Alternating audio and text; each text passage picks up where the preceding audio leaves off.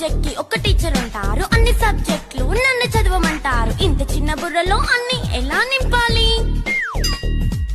Class work, home work, fair notes అంటారు. Subject కి 3 books పెట్టి బ్యాగ్ నింపుతారు. ఇన్ఫాక్ట్ నా బరువు కన్నా నా బ్యాగ్ బరువే ఎక్కువ.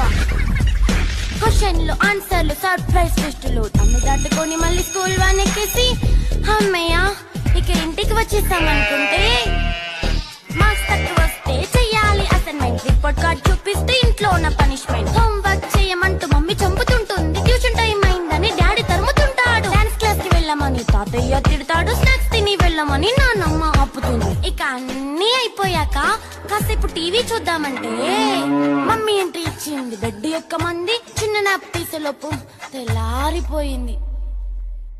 అయ్యో మళ్ళీ మొదలు